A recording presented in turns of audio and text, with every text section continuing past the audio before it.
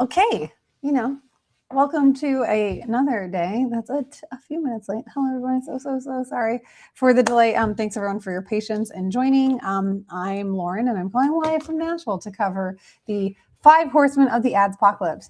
For the team that's joining that works for Mongoose Media, you know how this works. You're participating live. You ask any questions, and these webinars are set up with the intention of teaching my team in an informal way that's ideally informative, and then making all the teaching lessons that I'm doing publicly available for anyone else that's interested in hanging out.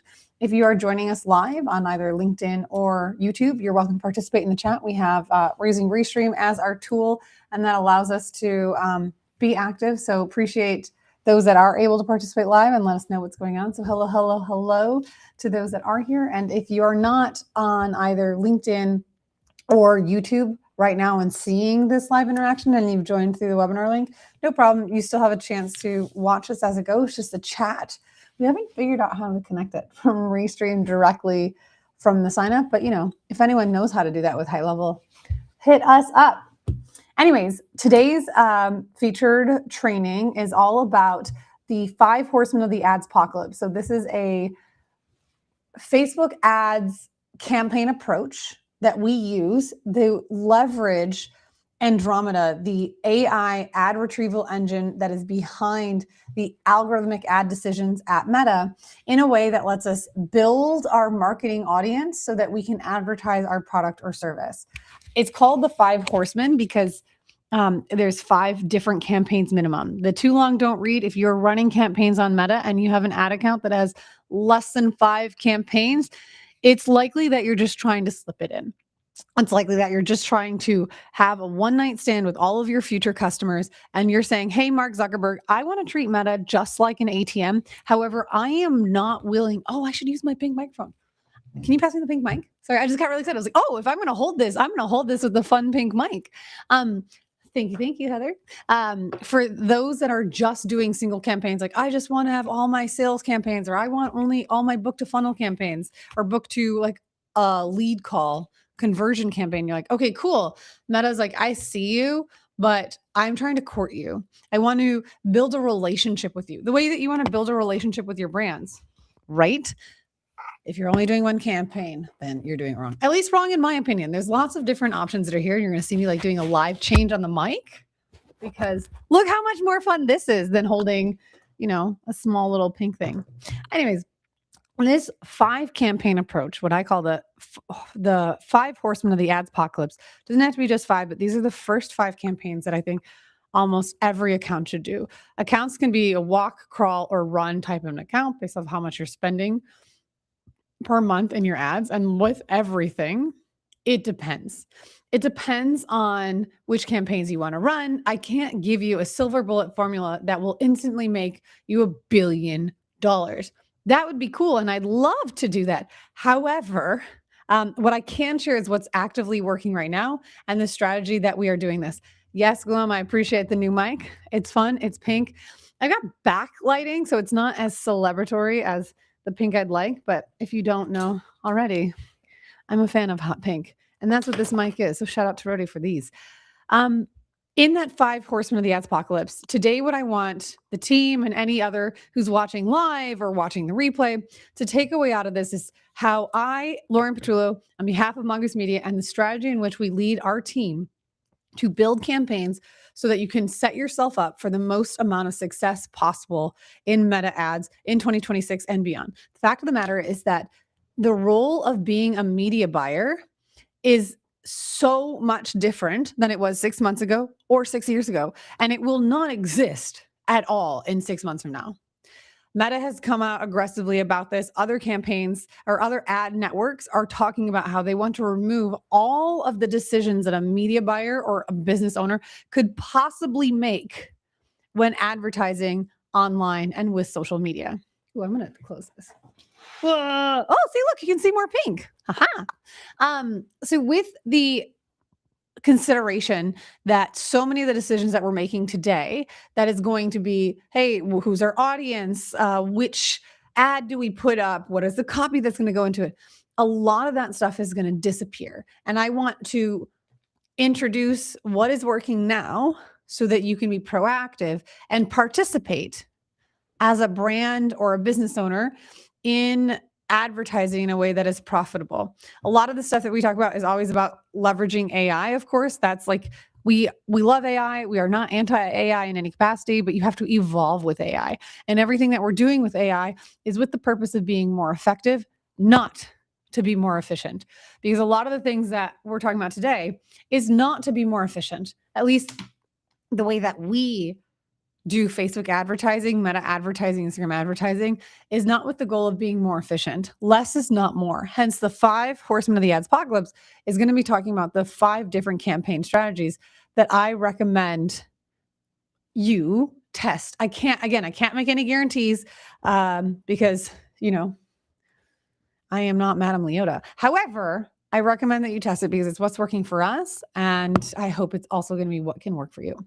So what is the 5 horsemen of the ads apocalypse strategy? When I'm talking about its 5 different campaigns, it splits into 2 categories.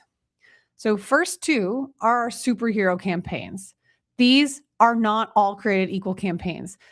The superhero campaigns, I call it like your Batman and Robin, are the 2 most important campaigns for anything that you're running in your account. If you're e-commerce, it's sales. If you're high ticket lead gen, it's a book a call funnel. If you've got an app, it's app installs. What is the purpose that all of your advertising is doing for your business? That is our main number 1 top priority superhero campaign, our Batman campaign, which will likely contain 80%, if not or around 80% of your entire marketing budget. You're going to front load all of the work on the 20% of the budget because we're going to back end. Sorry, let me take it back. We front load all of the budget onto that 80% campaign, but 80% of the work, the 80% budget, 80% of the work is actually in the back end of all the other campaigns. Again, you can do a single campaign, throw everything inside of it and be more efficient. Or you could do the work and set up your campaigns in the way that Meta's documentation is recommending. Inside of Meta, there are nearly 50 different types of campaigns you can run. And with the supporting horsemen, the other 3, so we've got our superhero, the main thing that of all that we're doing it, and the Ricky Bobby, the Robin, which is the second thing that's going to drive the most amount of bottom of funnel users to the funnel, which will be like lead generation campaign or app installs or book a call funnel if sales is your number 1 objective. All the other campaigns that are possible in the Meta ads ecosystem, I call them supporting horsemen.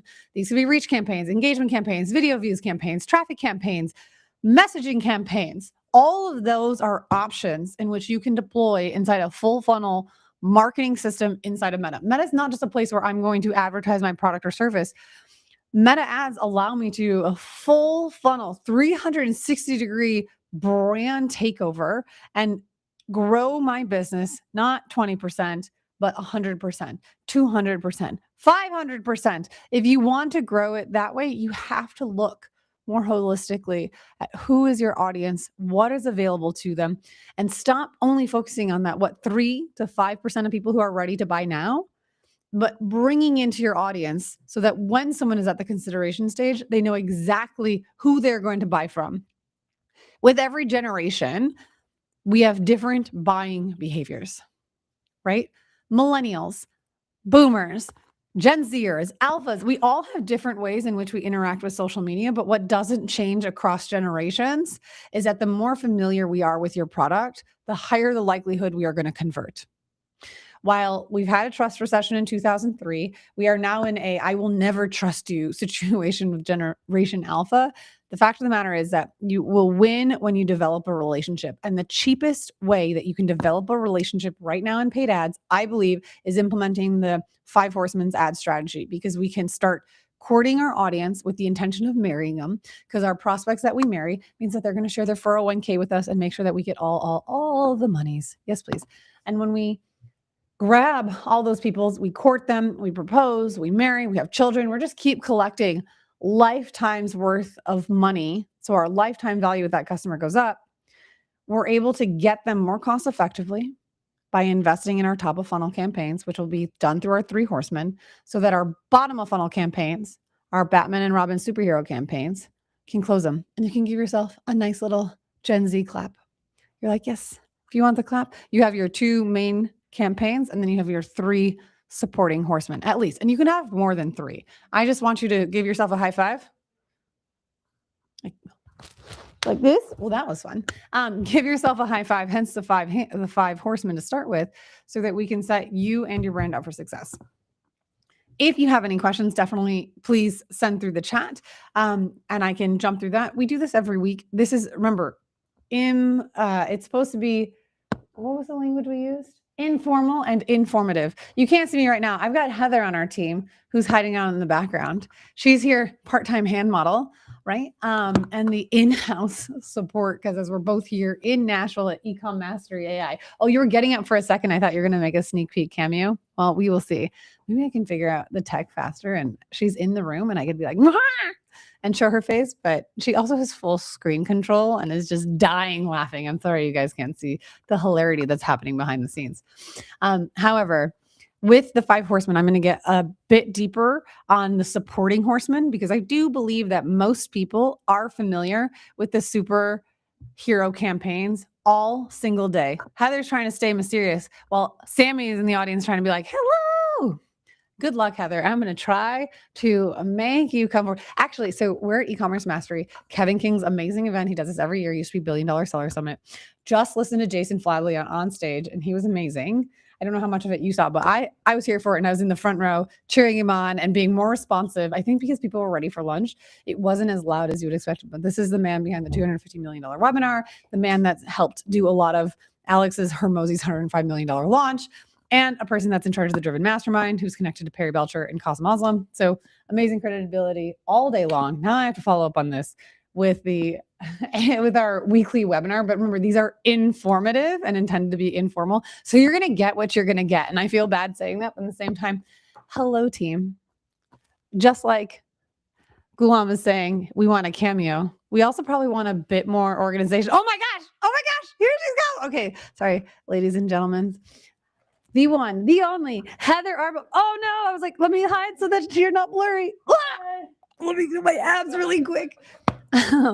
Okay, so this is like part-time informative webinar, part-time abs class. For those that saw in the Slack. Again, this is like mostly for our pack members and then anyone else that participates or joins. Like you get to get insight of what it's like actually like the chaos of working with Mongoose Media. As I sent in the Slack channel today, because we're at this event, Ecom Mastery, in our Slack channel about events, I was like, I sneezed too hard and I broke my pants.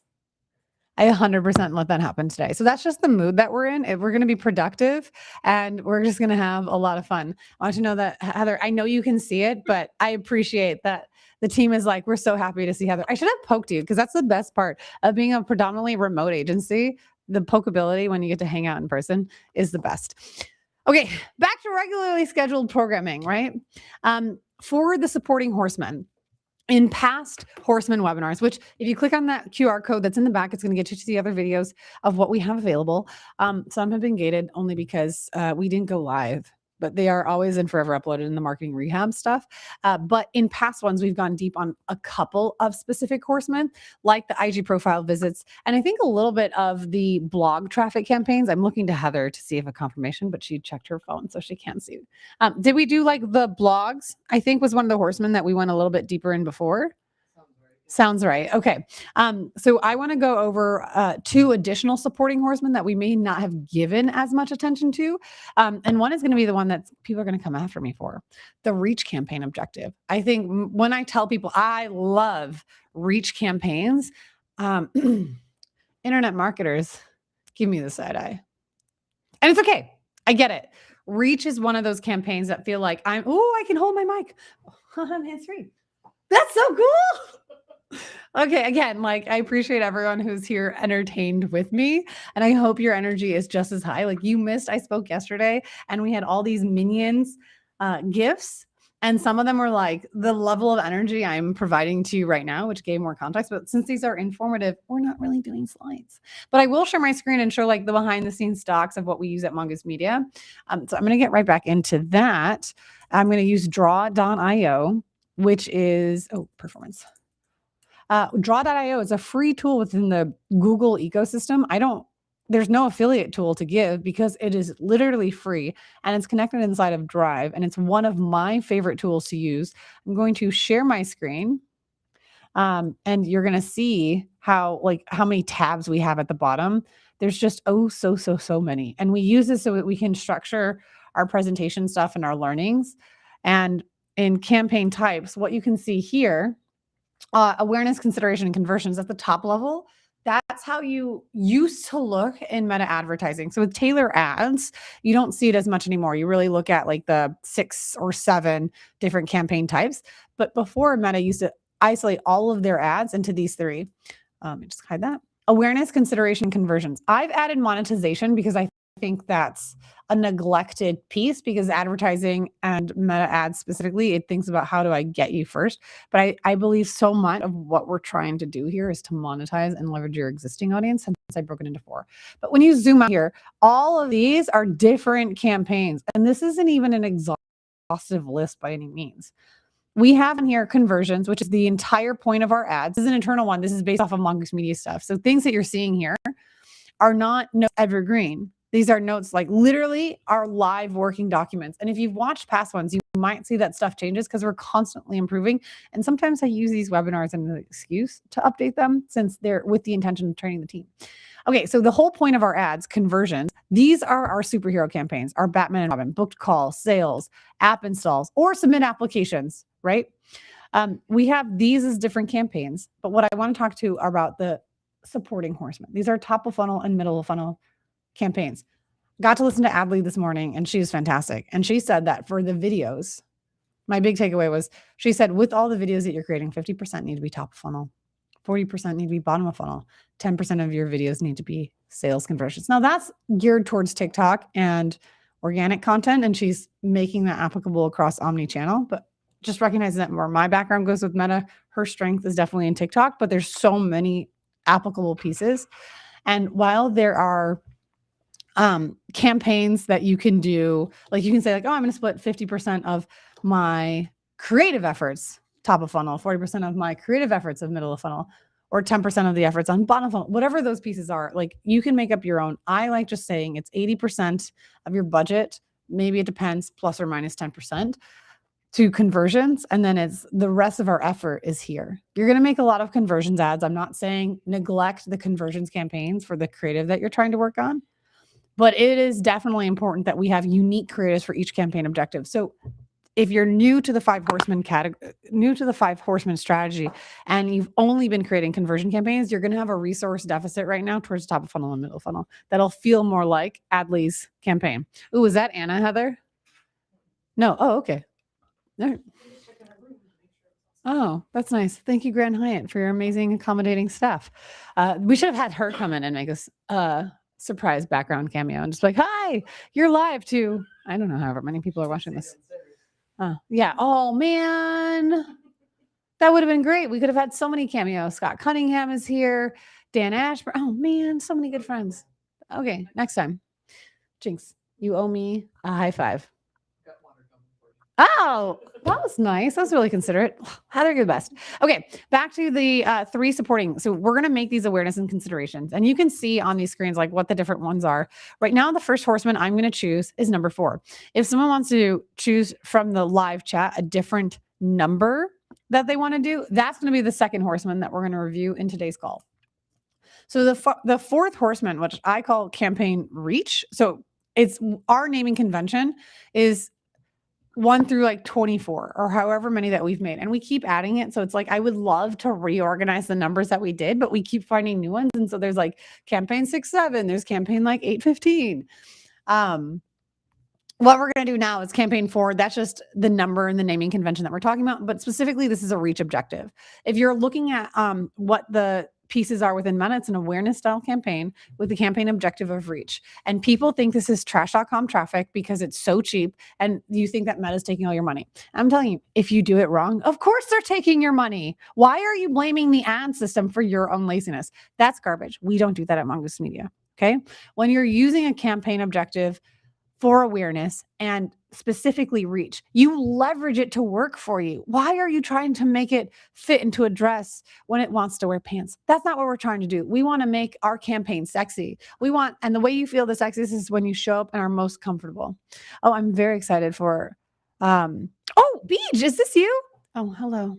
Hello, welcome. I'm assuming this is you. If it is, I have an introduction to make to you from this conference who's also looking at getting into the equestrian e-commerce space. And I'm like, oh my gosh, so many things. If that's not you, then hello, person who's almost maybe as cool as Beach. I was like, Heather, I'm going to have you jump on some of those. So campaign for reach. This can feel like a shiny object for some people, but what I really like about this, and depending on what your budget is, you could do this for $5 a day. You could do this for $2 a day. I really don't recommend anyone running any campaigns for less than $5, but it's up to you. You do you, baby boo. But the reality is for a reach campaign, you are telling the algorithm, I want to reach as many people as possible. This is the digital herpes campaign of social media. And when you do this, it's always going to be dumb if you're applying bottom of funnel creative to a top of funnel campaign objective. Reach is never going to get you sales, but that's not the purpose of reach.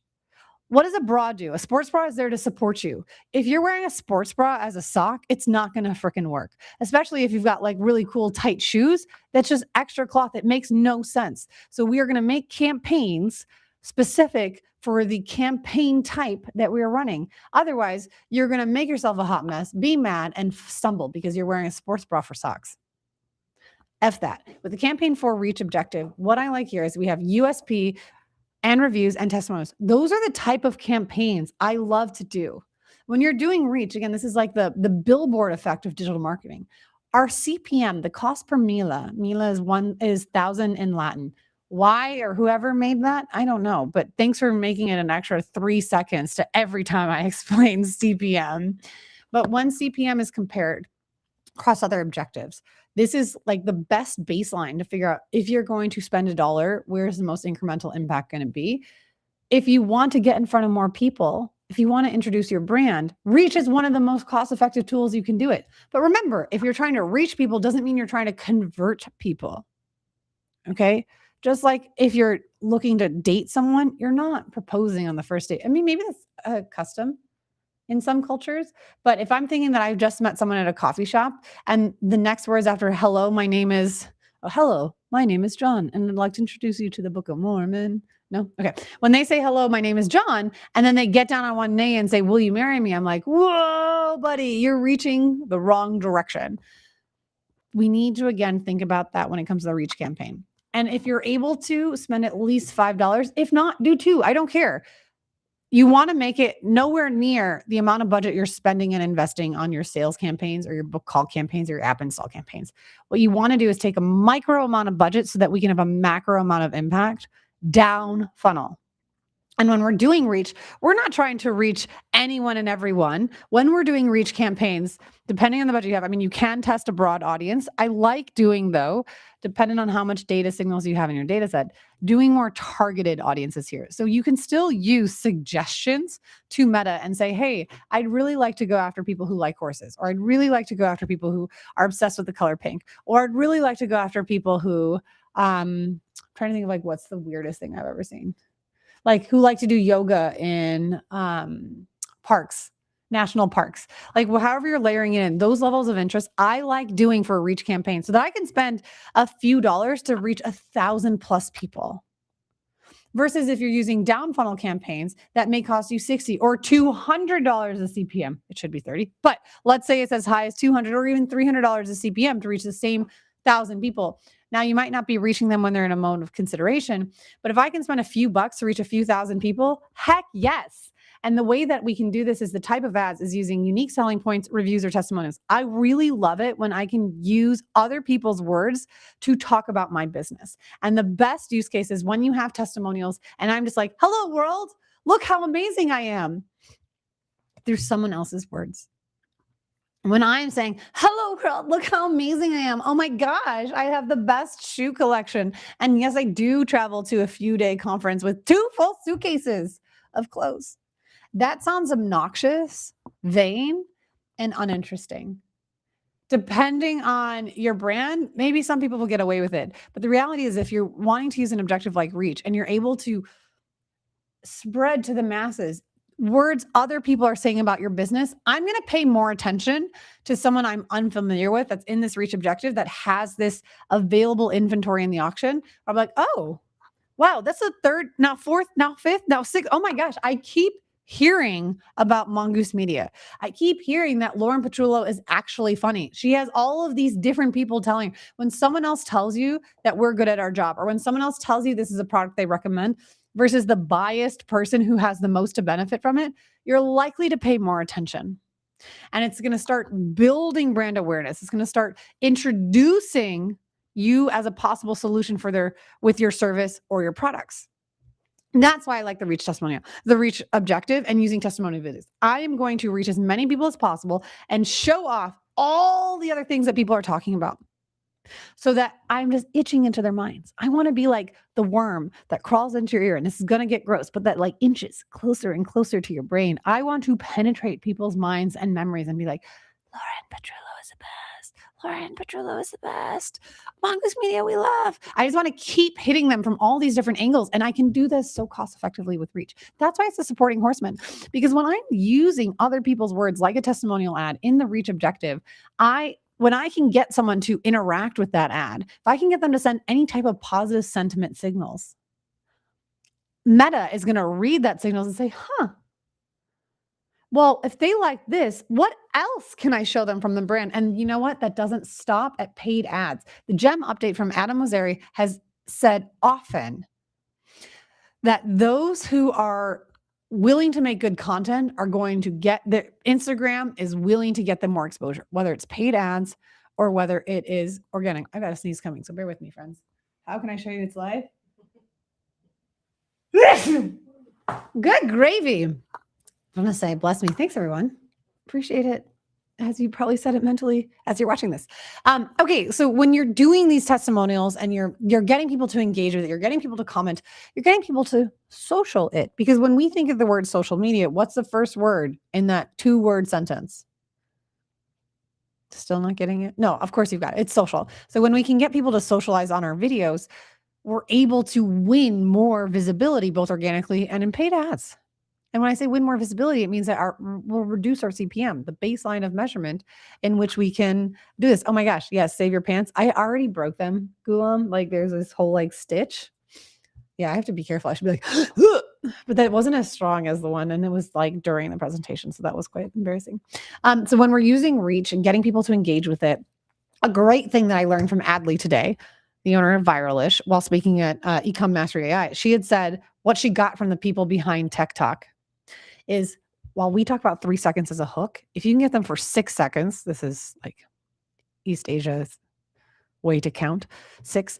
If you can get someone to 6 seconds of watching your content, past the 3 is the hook, 6 seconds for a dwell rate. If you're able to get 90% of people to pay attention to the first 6 seconds of a video, you're in the top 1% of all creators. So I was like, I designed for second 0 with our thumbnails and our hook. We need to make sure the first 3 seconds are captured in the hook rate. And then dwell time, hold rate is up to 15 seconds. But now, as of today, I've learned we really need to make sure that we have surpassed the 6-second mark with 90% of our views. So, hey team, like I love that you guys are here, because I think some of you saw it in our Ecom Mastery channel. But success of our ads before the click, as always, we design for second 0 so that the impression lands. We need to make sure that first 3 seconds is visual and auditorial learners' preferences, so including the Seymour rates and all that stuff, has resonance. And then instead of just waiting to the 15-second, we actually now need to figure out how might we capture a 6-second rate. I know how we can do it on the ads with the charts. And Heather, what's next week's webinar? Creative. Oh, great. Can we just make sure, team, in the creative, I'm going to share the screen so I can share behind the scenes. I'll like open up the ads manager for Meta and let's look at all of our active video ads, and we'll just publicly make it. Like if someone's watching and they're a competitor, awesome. You're going to have all transparency, because I live for transparency and accountability.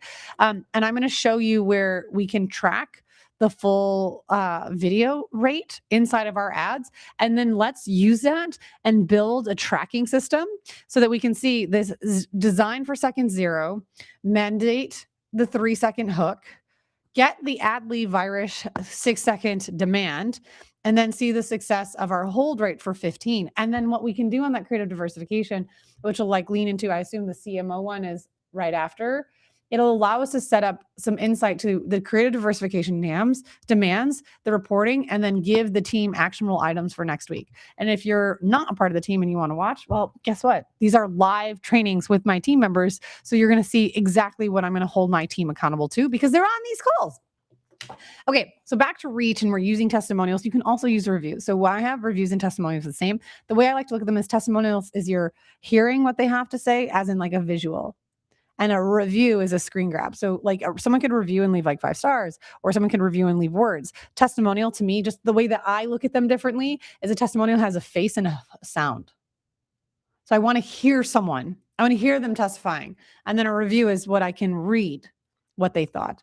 USP stands for unique selling point. So if you don't have reviews and testimonials, a good way to start here too is before you're investing into the bottom of funnel, because any bottom of funnel campaigns need to have at least a $50 or $60 a day investment per ad set. So inside of Meta, we have campaign, then we have ad set, then we have ads. I like doing for reach. This is a single campaign. We call it campaign for dash reach. We give the initials of who's launching it. We go MMLP for Lauren Petrullo. And then we give the date. That's how we do our naming convention at the campaign level. And then at the ad set, I might have 2 ad sets for this because I always test. I have to use Adam Grant's think again methodology. I will not let myself be blockbustered or blackberried into a place where I'm never going to improve. So I might do this because I'll put at least $10 a day budget.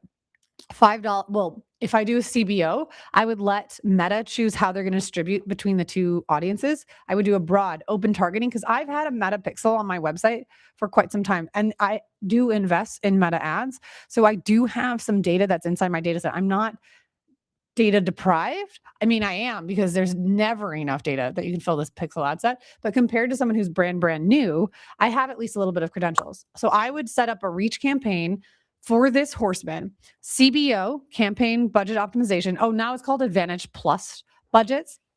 And then I would have 2 different ad sets. CBO is going to determine which is the better way to distribute the money. The first ad set is broad. I'm going to do open targeting, baby. I'm not going to give any targeting. And then I would do the second ad set, and I would do a lot of interests, and maybe I'll build a lookalike audience. So I'm going to do it in the old way of meta advertising, where you're going to say, who do I want to go after? And then each of those 2 ad sets are going to have different ads. So it's not a true isolation test, but I don't want to have the same ad repeated. Each ad lives where it lives. So if I have ads that are broad, that are going to people that could be anyone. These could be ideal people. These could be people I don't know. Broad is anyone and their mother. I need to make sure that in that broad, the hook is so good, and the hook is also so polarizing, that I'm using the creative to curate my audience to the highest level. I am calling out my ideal customer. I'm going to say that, hey, if you are a marketing employee for a company, hey, if you are a business owner doing X amount per year, I want to make sure that the creative in my broad audience curates my audience, because I don't want Joe Schmo, who's not my ideal person, to see it, but I want my ideal people. So I use my creative. Anytime you put ads in a broad audience, I don't care if the campaign is reach. I don't care if the campaign is traffic or sales or book calls. Whenever you're doing broad audience, your creative has to be narrow AF, because your creative is going to curate your audience. You're saying, Meta, I trust you. Go wild, go broad. But your creative is saying, however, only the people that resonate with this are my real audience. And that's what's fun, is you can have different avatars in each ad in broad. But when you're doing in this campaign for CBO, 2 ad sets broad, all of the ads that are in your broad ad set are not the same ads that are going to be in your interest-based audience. In our interest-based audience, we're going to be a little bit more assuming. I'm going to take a quick pause because I did see another question. So, okay. Here's the flack I get about wanting to spend money on other than sales campaigns. People tell me it's garbage because it's meta is literal. So engagers engage instead of being quality buyers. Oh, it is Beej. Yay. Hello. Hello, my beautiful friend. So when people are giving you flack, like the reality is I'm going to give them flack back. Like I get it. And people can have their opinions. It depends with everything. I don't have a magic bullet, but this has worked for me. And when someone's like, oh, I don't like reach because it's a waste of money. I'm like, okay, well then you don't like building a moat to your business. Or you're not making creatives or ads that are specific to the campaign. You're wearing sports bras as socks. We have to be mindful of what the purpose is. Personalization and relevance are the only two words that matter in marketing, because I'm not counting AI. AI, people can use it all day long. AI is like oxygen for marketing. If you're not using AI, you're not breathing. AI is like saying, it's like going to a conference and bragging, hey guys, I have a phone. Or being like, hey, if you want to work at Mongoose Media, you need to have access to Wi-Fi, a computer, and be using AI. Duh.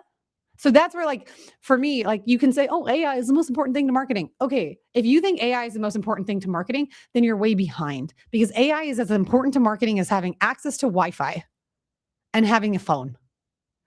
Thus, the two words that matter to me for marketing is going to be personalization and relevance.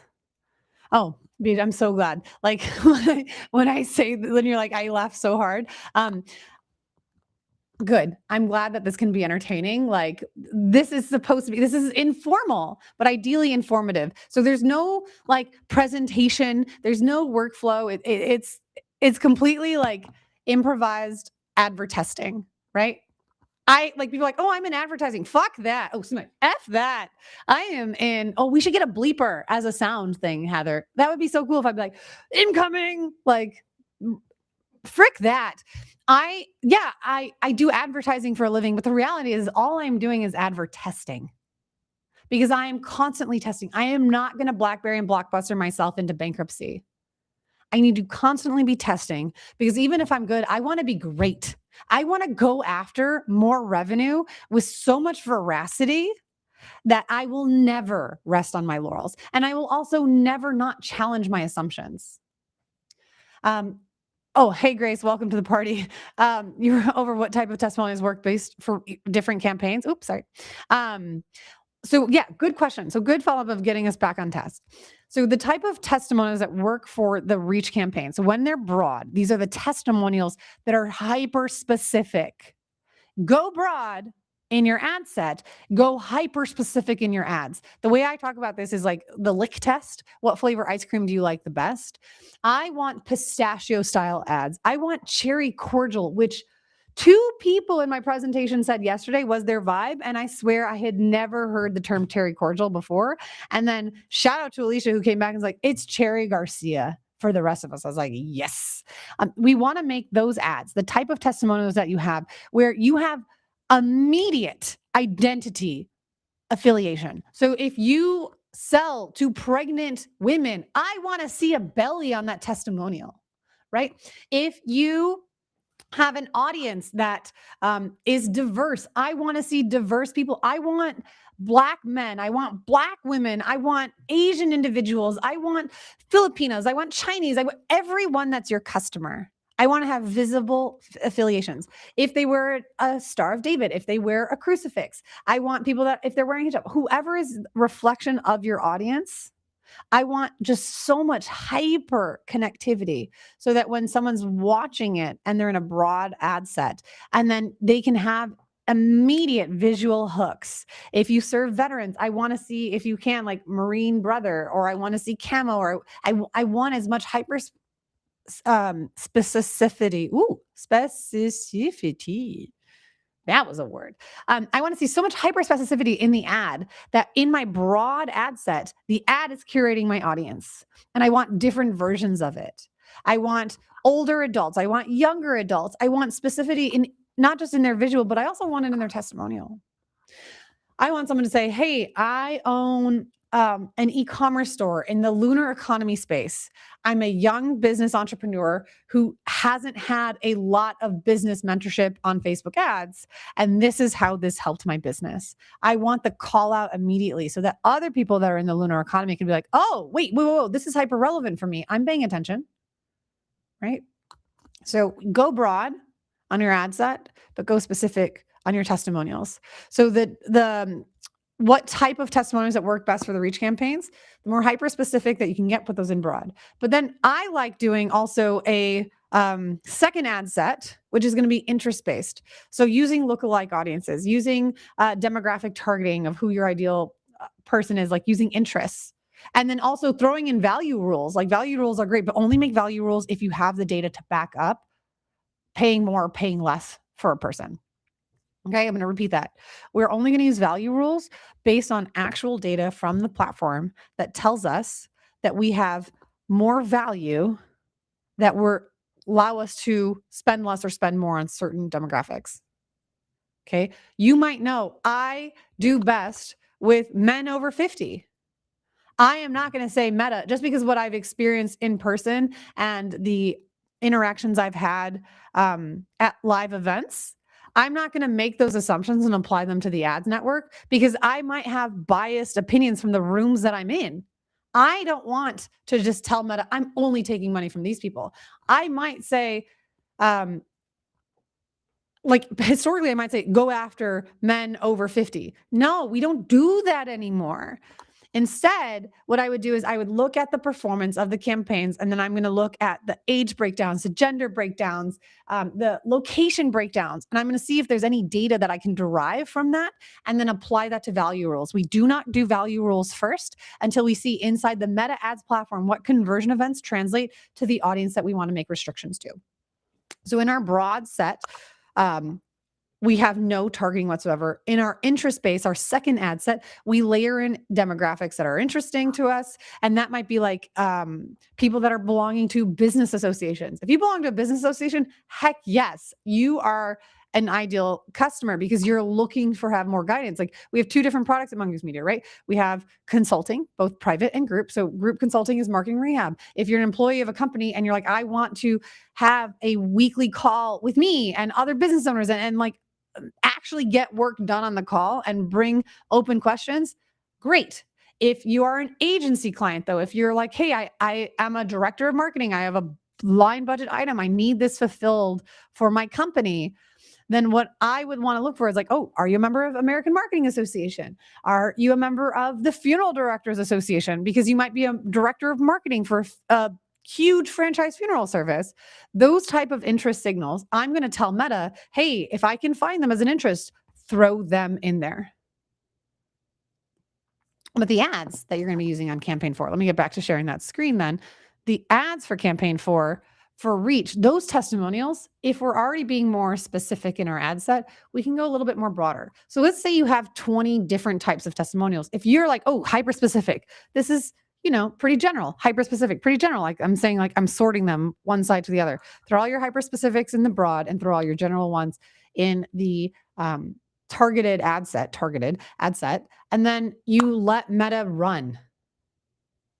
I know that doesn't sound fun, but we just let it run. We walk away for a little bit. You need to have statistical significant amounts of data before you're going to start making decisions because we don't turn stuff off. Meta will actually turn off ads that no longer perform. But then what we're going to do is we're going to sit back, let it watch. And then we have like the before the click numbers that we're going to see. Were any of those ads effective in the reach position? And that we talk about in the CMO webinar, the before the click and after the click. So while I go live every Friday, 3 p.m. Eastern, we rotate through a core of technically 6 topics, but it goes like creative diversification, which is where we talk about the ads.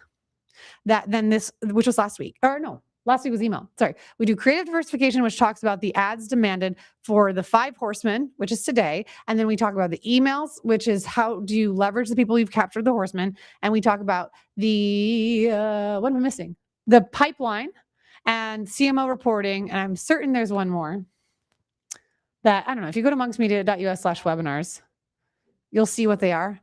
But we rotate them. So there's a different topic each week. And when we do these as informative, But informal, no webinar is really ever the same. The emails ones, we do have a presentation, but the rest of this is just totally off the cuff. So we're going hyper deep on the reach ones because I love this shiny object campaign, but I hate when people come at me and say, this is a waste of money. When I'm like, I bet you gave it with as much attention as you probably cared with whether or not you buttoned up your shirt all the way.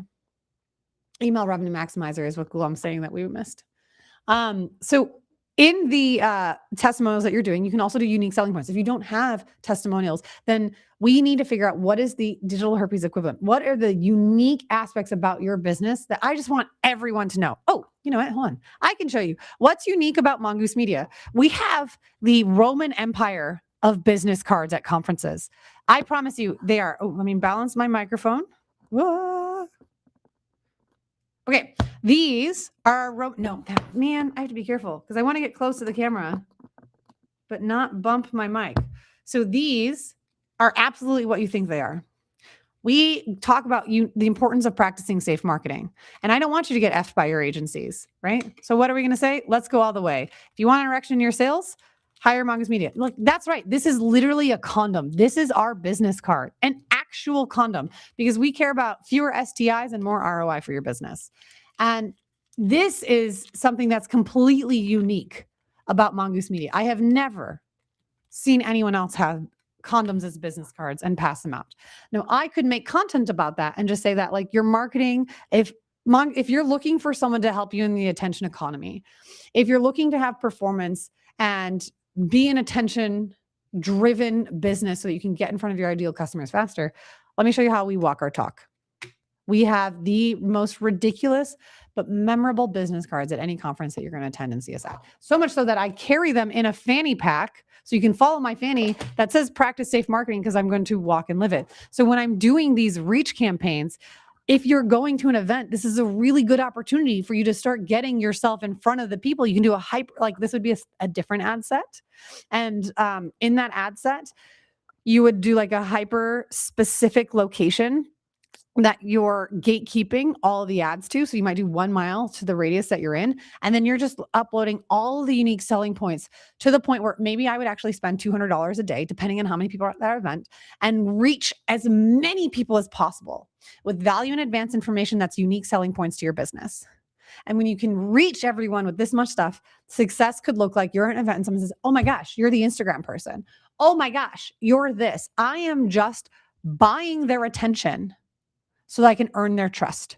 And all of the social signals, the sentiment signals, watching the ads, clicking on the ads, leaving comments on the ads, sharing the post, saving the post, all of those signals, or even as Adley from Viralish taught me today, getting 6 seconds of consumption. All of those signals are telling Meta more people like this are going to watch more of my later downstream content. So why wouldn't you invest $5 a day? If say you're spending $200 a day on sales campaign, why wouldn't you spend $5 a day on your business marketing your brand to thousands of people so that you can win in the auction and build up your ad account winning score, which we should do an entire separate thing about this, because that's how do you win? The reason that this whole the Horsemen came up with is I had the chance to sit and listen to people behind the engineers that created the ads algorithm. And they had told us that when you go to auction, because meta advertising is an auction, every time you win, you essentially get this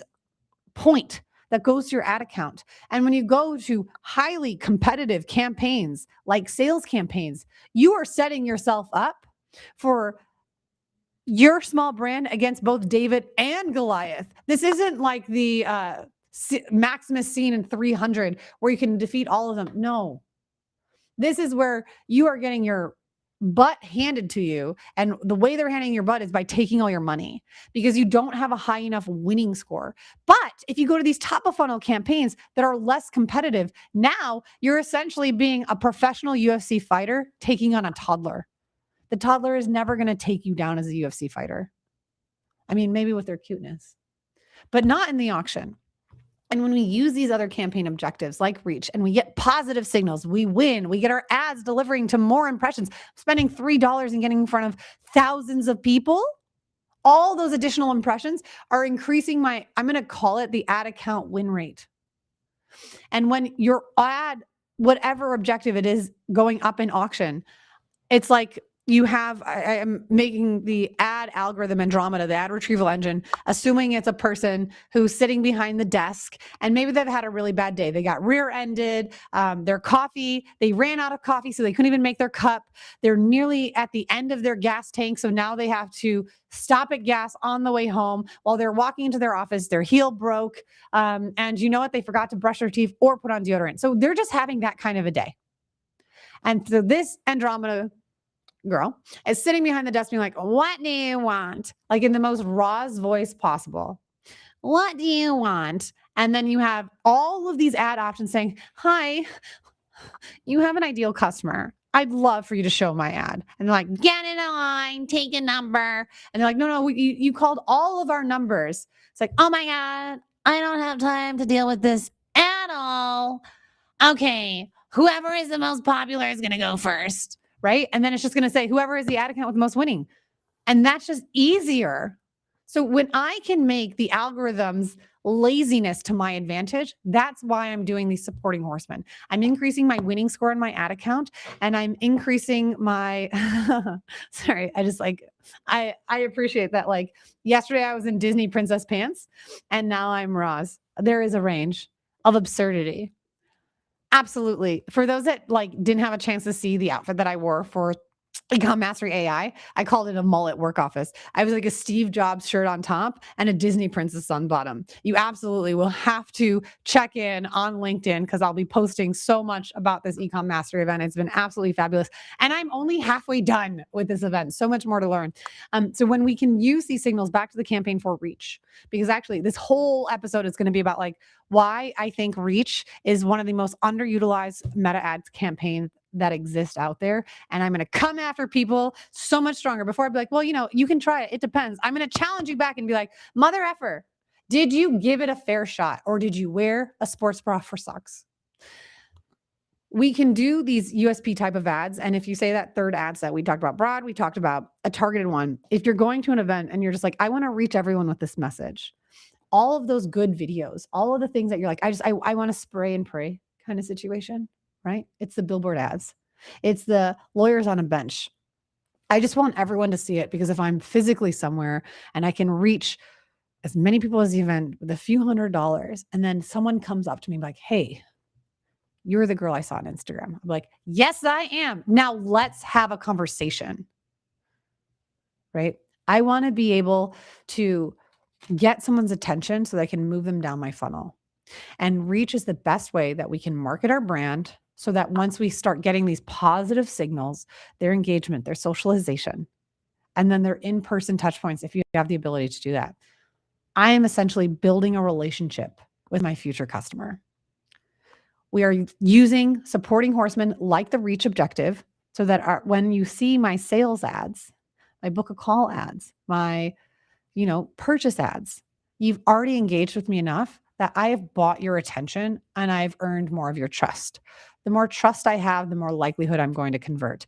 And now, if you think back to that like Roz inspired voice or Janice, oh, babe, you're going to have to explain who is Janice because phone a friend. I don't know that reference. Do you? No, oh my gosh. Oh my God. Am I old, bae? Okay. Lie to me. Please make sure that this is something someone else admit that they don't know what Janice is. Fran Drescher. Yeah, that's right. But she had that. Okay. Bae, like, help me out and explain what that Janice inspired voice is, unless maybe that's like the Spanish version of Roz. So going back to these campaigns, I love investing a small amount of budget so that I'm marketing my brand so that my sales campaigns can advertise my product or service. All of marketing is buying attention. And I'm in the attention economy. Like literally, marketing is buying attention. So how are ways that you can reach more people and get more attention in the most cost-effective way? But we don't take away from our main objective. I'm going to zoom out a little bit here, and we do not take away. Remember, this is a supporting horseman, right? Whole point of all of our ads, the whole point of what we're doing is looking for conversions. So we're not taking away from that budget. Okay. We are supporting that budget with micro amounts of money for macro impacts later. I'm just going to bring up too, we've got another comment. So doing an awareness ad, can those be used just to be educational and just do that? Or they didn't know you exist or your product existed and now they know? You know what? That's a great question. So on this is, can the awareness ads be just educational or do they have more? You know what? It should be a lot. You should have educational ones can be good. So I'm going to use your example. If you're like, I'm just trying to get Meta more signals of who are in my ecosystem. So if you like, if I could reach anyone that's like got a horse, I mean, you have to be next to a horse. Your visual hook has to be in a barn. Someone who sees it, that visual hook. So remember, at the beginning, I talked about designing for second 0. The very first second needs to have some sort of visual association. For me, it could be a tall blonde with curly hair or someone with amazing pink shoes. Oh my gosh, if I see phenomenal fashion, you have my attention. So you want to have something that has a visual hook to it. And then you want to have a verbatim hook. That's going to be your first 3 seconds. We design for second 0. So whatever the first image that someone's going to see when they're scrolling and the first 150 characters, that's designing for second 0. And then we have designing for the first 3 seconds. That's your verbatim hook. What are you saying at the very first 3 seconds of your creative, of your video? How are you capturing their attention so that you're itching them to get more? Now this new piece of carrying them from 3 seconds to 6, that's going to be formulaic. And I sent to like our channel, like what a chat GPT prompt that Adley's team at Viralish had shared to those that are attending, because that's where you're starting to structure and then you can sustain to 15. But in the type of content that you're trying to reach people with is like social media content.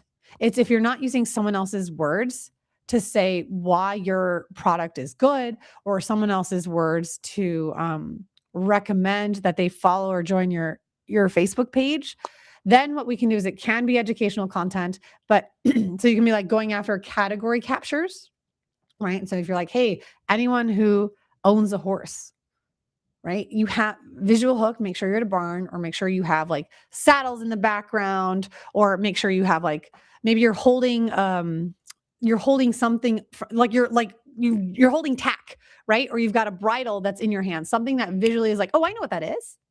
And then they're like, ooh, I'm intrigued. It's your curiosity in a nutshell. And then how you sustain it. Like if it's educational and you're like, I just want to reach people, that is a thing that you can do. I would say, however, that let me actually go back to sharing the screen. If it's educational, I actually might use a different horseman. I mean, it all depends. You can test it. Like it's advert testing, right? So I might use campaign 3. Because if it's educational, I think of campaign 3 as the 10 core brand videos. A client said that Laurel Poitier calls them power content. But this might be something where if I'm teaching something, I really want it to be more video view consumption versus just reaching. So there's lots of different options. I mean, again, with everything, it depends. But for what I like with reach is doing unique selling points, reviews, and testimonials. I just want to reach as many people as possible so that they know why. Like, so the example I did for a unique selling point is if you're in the attention economy, you got to be good at getting attention. Like I'm making this as a fake ad, right? So like for the team, give me yay or nay. And just like following up that Bay's reference was because of Chandler minuting along Bing, whatever his long name was. No, Muriel. I think it's Chandler Muriel Bing, his ex-girlfriend, Janice, or Ross's ex-girlfriend. Oh, that's a me knowledge. Pass the buck. If this was a new girl, you would know me right away. Okay. So the USP, like an example ad would be something like, I want to reach people and know that like to be in the attention economy, you have to be able to walk your talk.